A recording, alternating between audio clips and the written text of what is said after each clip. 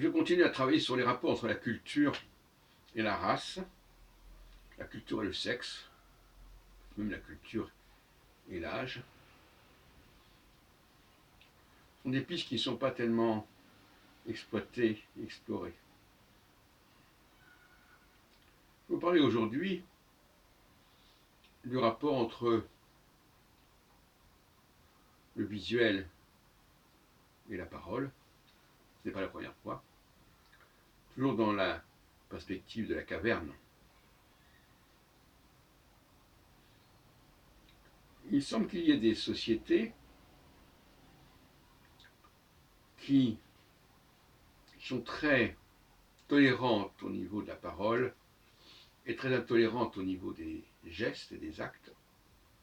Une autre société où c'est l'inverse.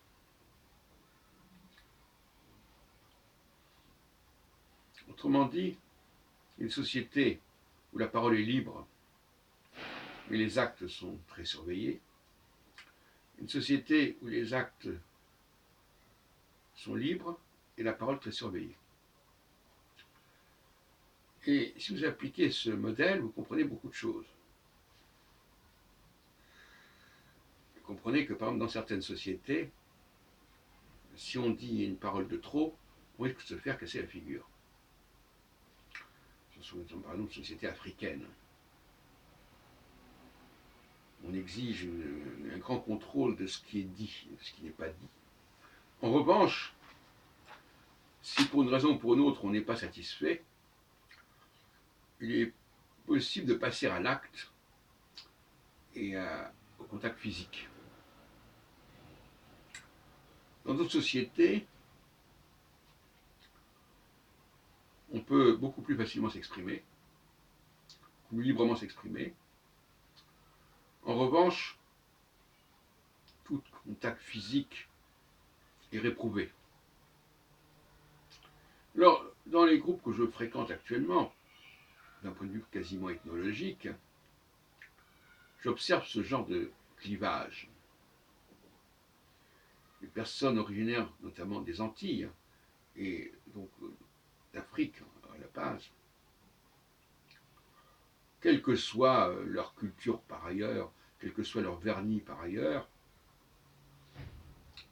seront très chatouilleuses pour ce qui est des propos, des choses qu'il faut dire ou ne pas dire, sur les femmes, sur les noirs, sur n'importe quoi. Mais en revanche, elles semblent tout à fait capables de dérive dans la violence physique. Ce qui expliquerait d'ailleurs, parce que la loi punit davantage les violences physiques que les violences verbales, les questions carcérales. Et pour un Africain ou pour un Antillais, originaire d'Afrique, la vie en France est très frustrante finalement. Et beaucoup de ces gens-là ont la nostalgie de leur pays d'origine. Donc par exemple, un Antillais parmi nous qui est constamment en train de dire « Ah, mais si j'étais en Guadeloupe, ça ne se passerait pas comme ça. » Ce qui veut tout dire. Ça veut dire que si j'étais en Guadeloupe, on tolérerait beaucoup plus les affrontements physiques et les châtiments physiques. Et d'ailleurs, même en France, quand il y a un vigie d'origine africaine, il n'est pas trop chatouilleux concernant les menaces physiques. Par contre, si on lui dit qu'il y a eu des propos racistes ou antisémites, alors là, ça l'excite et ça l'énerve.